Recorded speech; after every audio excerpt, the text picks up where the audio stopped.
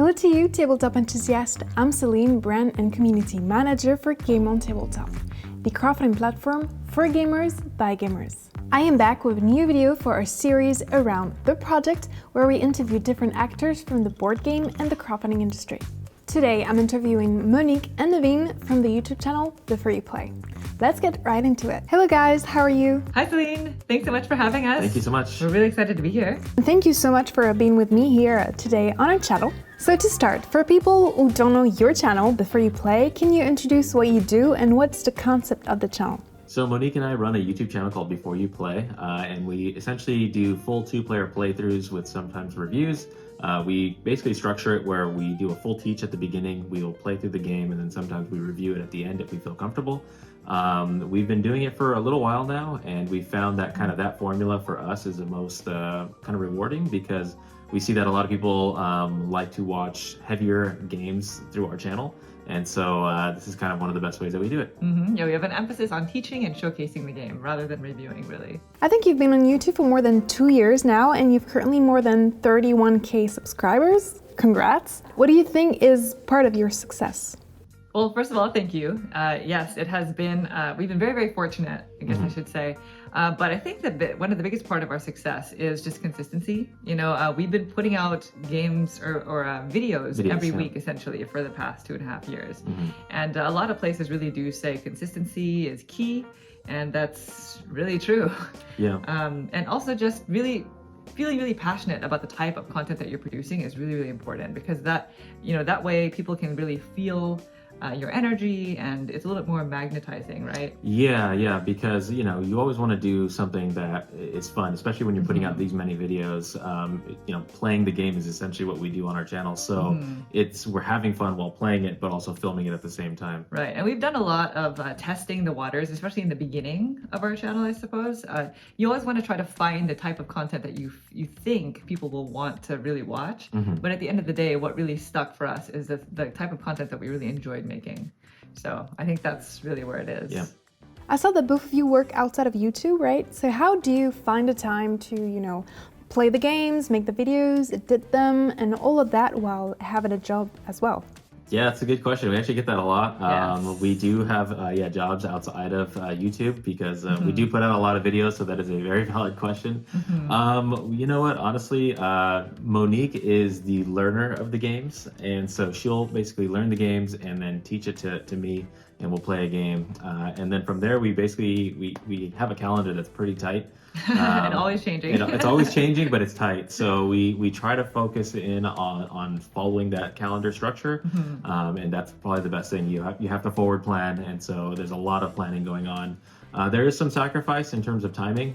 So, you know, some of the social things that we'd like to do, sometimes we've taken a step back. Obviously with COVID, it's been a little bit easier to say no to certain social things, because, you know, but yeah, I think following a calendar is definitely the number one thing that I would highly recommend doing. Otherwise known as being organized, right? Yeah. Which we're not the best at. We're working on that. Yeah. But just kind of speaking off what you said, a lot of it is having to do with kind of going off of each other's strengths and trying to manage our time wisely, right? In that sense. That's it. And a lot of waking up early to film before work. Yeah, we do film before work sometimes. I wanted to know, how do you choose the game that you play and review? Do you maybe choose them yourself? Do you wait for publishers to contact you, or do you maybe contact publishers to review their games?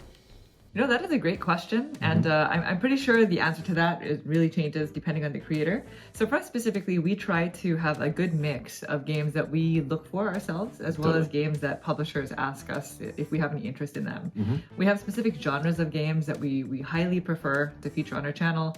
You know, we typically like to cover heavier Euro games, and so we will usually kind of keep our ear to the ground and look for any of the new ones that are going to come out that people will have the most interested in.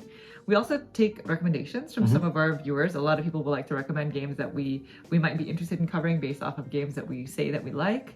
So it's a big mix of just kind of pulling from a lot of different sources. Yeah, you know, we've worked with like other publishers in the past, so sometimes they know kind of what it is that we like. So they'll say, oh, this might suit, you know, kind of what you enjoy playing and what you enjoy featuring. So there's that, and then also we like to look at like all the preview lists for like games that are coming up. So that's part of the review process, or not the Right. review process, but the research process on finding new games that we want to feature. But we also like to sometimes go back into the past and play games that are maybe 10 years old. And so it's kind of a nice balance between all of it. And when you get requests from publishers to review and play their game, what is the process of creation for these requested videos? Yeah, sometimes when a publisher will kind of request for us to review the game, we definitely want to see a rulebook because that is probably the best way that we can figure out if it's something that we even want to feature on the channel. Monique mostly learns games by reading the rulebooks, so we kind of go through, a combination of like, do we like the theme? What does the rulebook look like? And then we either say yes or no, based on those factors. Also, we basically get the game once it comes in. Monique will learn it, and we will play it together. If we can play it in a 3 or 4 player setting, then that's great. But most of the time, we play it 2 player because essentially that's how we're going to feature it on the channel anyway. But we'll play the game, and then if we feel comfortable after a couple plays, then we are ready to film it. So then we basically have to figure out how we're going to set it up with, on screen for the cameras and everything, and then figure out make a kind of like almost like a loose script on exactly how we're going to teach the game, and then playing the game is playing the game. We don't actually make a script. No, it's just like a loose like flow chart. Definitely not a scripted thing. No. It would be kind of nicer if we could script it, but because of the number of videos we do, we pretty much have to teach on the spot. But that's pretty much the process. And do you review or play games that you don't like? Sometimes, every now and then we will get a game in that we don't necessarily like. Yeah. And we don't not feature a game just because we don't like it. We do our best to try to showcase games that people would want to see regardless of how we feel about it. But if we don't like it and we do end up reviewing the game, we will say it in the review. Yeah, sometimes we'll get a game and, there's not much information about it. And sometimes we are one of the first people to kind of get the game. So we'll play it. And if we don't like it and discover that we didn't like it in the middle of it, then, then it is what it is kind of thing. I don't think we would ever, know a game that we didn't like and then be like, okay, we don't like this game. Let's go back in time and now get this game and feature it on the channel. Yeah, we don't seek out games that we know we don't like. Exactly. But in featuring games in the discovery process, it happens. It happens, yeah. What tips do you have for creators who want you to review their games? So for me, the first thing is have a rule book ready to go. Yes. A lot of times we'll get asked like, will you cover our new game? And it's like, I know nothing about it. So like, there's no way I can just say yes to that. Yeah. For us, we have 2 things that are pretty mandatory. The first one being your game should be listed on BGG because a lot of people discover games through there. That's just like a database of games that your game should be a part of, in our opinion, if it's going to be something that's going to market. Yeah, sometimes we'll get a game request and it's like, I look it up on BGG. There's not even a blank page for it yet. You just want to have a way for people to find out more information that's not just your website. And in addition, we always require a rule book, a working rule book. It doesn't have to be finalized, just a working rule book that we can learn the game from. Yep.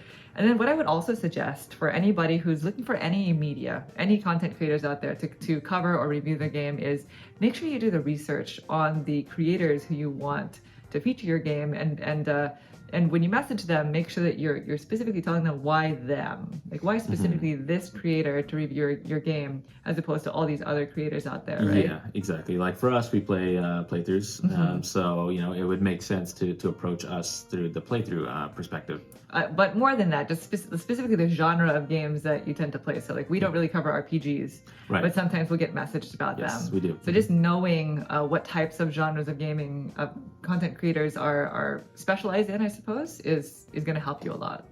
I saw in one of your Q&A videos that you said that because of your channel, before you play, you actually play much more games that you used to. Playing board games can be quite of an investment sometimes because it takes time. And people want to play and discover lots of new games, but also they want replayability when they buy a game. So what suggestion do you have for creators to make their game attractive for more replayability? Oh, that is a good question. That's a really hard question. I don't think there's any real good answer for this. It really depends on the type of game that you create. Yeah. For us, we specialize in those heavier Euros. And so a lot of the replayability comes in through the variability of the game. Yes. So a lot of different paths to victory. non-fixed setup, Yep. right? So different types of scoring conditions that you randomize and you put in there from game to game, or just like really puzzly designs that make you feel like you want to play the game again and again to get a different experience. That's what people, I feel like, are looking for when we talk about replayability. You want to play a game that will provide a different experience the next time you play it. Yeah. That'll want you to keep on doing that. Yeah, something right? like balanced asymmetry in a game. That's something that we really think is like. great, because I could have one experience playing as one character and have a completely different experience trying to game the game with a different character. So that is a big thing for me. And I think games where that doesn't really shine as well are games where I'll play it once and then I'll play it again, and I feel like, well, that was pretty much the same experience as last time. I didn't really get anything new out of it. And so those games tend to not stay on our shelf as long as something else, right? Yep.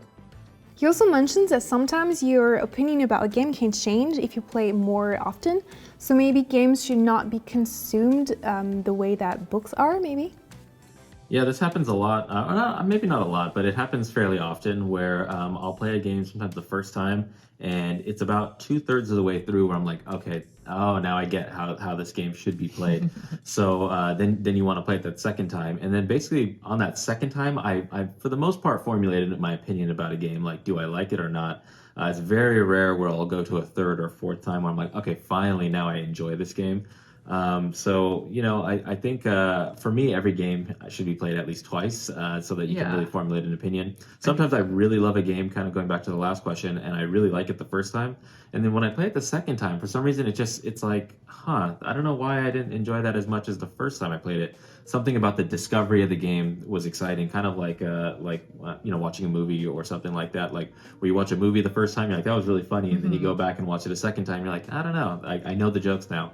Right, so right. I don't know. That's the way I kind of feel about that. Yeah. So I guess the question is how should people be approaching board games, right? Instead of just playing it once through, like a book, for example. But I do agree. The more times you play a game, the more you'll see things open up that maybe you didn't realize the first time around. So for that reason, I agree. We do tend to require at least 2 plays of a game before you even start formulating an opinion, right? Yep. You also get requests for crowdfunding projects. Do you approach those differently? Yes, we do. And the reason why is because a lot of times the crowdfunding projects are not finalized games. They're not completed games. And so a lot of times the artwork will be not complete. The rules won't even be finalized. And so for that reason, we really try to not review crowdfunding projects. As much as possible, yeah. Yeah, the only really things that we offer for crowdfunding specifically are playthrough videos and instructionals. Our preview videos are essentially tutorials. And so for us, it's more of a service so that people who are interested in your game can have a good idea as to what they're going to get from it if they decide to back it on the crowdfunding platforms. And so for that reason, we're really, really selective about it. We really try to make sure that is something that we're interested in, as well as our audience. And yeah, like I said, we try not to review them.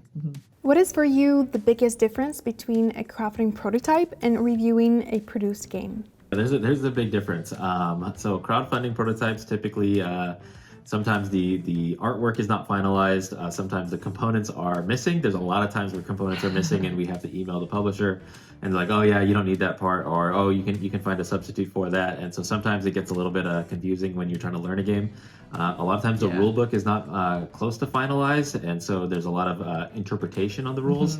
So there's a lot of back and forth going on with those. Yeah, a lot of times the rule books don't even have images of the components, and so there's a lot of guesswork. It's like, I think these are the tiles that you're supposed to place out in that area. Okay, let's figure that out. But as for the game itself, there's actually a huge difference between the prototype and the final copy, because there's no insert. So right off the bat, when you open the box, it's usually just a bunch of like bags and paper. It's a lot of times the material that they use is it has to be as cost effective as possible to send out to numerous creators.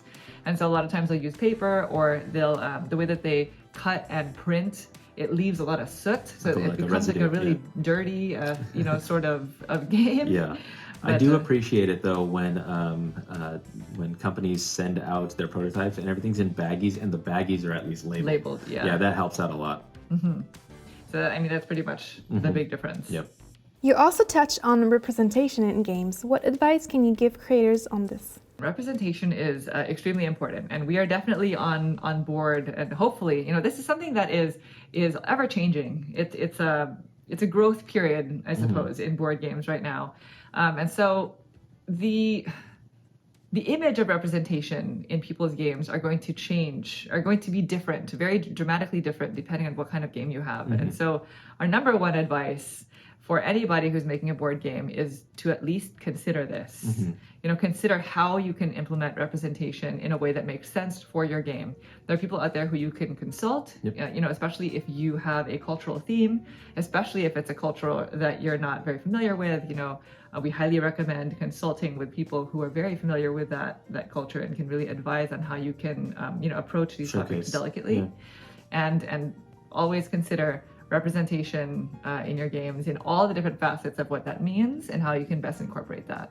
We did a similar video with Tim Chan, who is a board game photographer on YouTube, and at the end we asked him if he could think of anyone else that we could interview next, and he said that you guys would be great for an interview. Here's what he said and the question that he had for you. Before you play, Monique and Naveen, they do playthroughs of different board games. They're, I think, like some of the best content creators around like what it feels like to actually play a game. Like I love their videos. I love like their style of filming. I think it's a really fresh breath of air in the board game industry because it makes you feel like you're playing with them. Like my question, if I'm trying to narrow it down, is how are you able to manage all that in your head to play the board game as correctly as you can, to interact with each other, to strategize, and to also figure out what you're doing in your turn seamlessly while on camera? Like that is so impressive. Thanks, Tim. Yeah, that is a tough part of doing playthroughs. I will say that is something that we had to learn over time. It's not something that came as naturally in the beginning. Practice makes perfect, for sure. Practice makes perfect, yeah. And a lot of it is compartmentalizing the different parts of the playthrough and the filming process in your, at least for me, in my brain. Yeah. It's a lot of focus. It's a mix between focus and experience. Yeah, focus and fun, right? Like one part of your brain really needs to focus on the fact that you are strategizing, and also there are definitely points in the playthrough that feel most natural to look at the camera and to speak to the audience, because for us it's as if they're here with us, but at the same time you want to make sure that you're narrating your turns and you're still experiencing the game yourself. Yeah, there's kind of like an internal dialogue that we want to kind of externalize a little bit. So whenever I'm thinking about something for the strategy of the game, I want to say it kind of concisely as much as possible, so that way the video doesn't run super long, but also so that it's entertaining at the same time, so people kind of know what exactly it is I'm doing and why I'm doing it. So we do get a lot of comments on that, people who appreciate that aspect of it. Another big thing for me is I'm constantly thinking and making sure everything is in frame. That is another focus point for me, but I try to do that during Monique's turns typically. Yeah, so I mean, it's a big part of it is just making sure that you're also experiencing the game yourself. Yeah, totally. That is something that I really want to hit home. The fact that you need to feel like you're playing the game. Yeah. Oh yeah, yeah. So. And now to end this video, where can people find you? Yeah, you can find us on youtube.com/beforeyouplay, where Monique and I do full 2-player playthroughs and different odds and ends of different videos of board games. We're also on Instagram, by the way, instagram.com/beforeyouplay. Thank you so much for being with me today. And thank you again so much for having us. Thank you. And that's it for our interview with Monique and Naveen from the channel Before You Play. I hope you enjoyed this video. As always, make sure to like, comment, and subscribe to our channel to follow all our crafting adventures. Don't forget to check out GameOnTabletop.com to discover great tabletop crafting campaigns. I'll see you soon in another video. Until then, bye bye!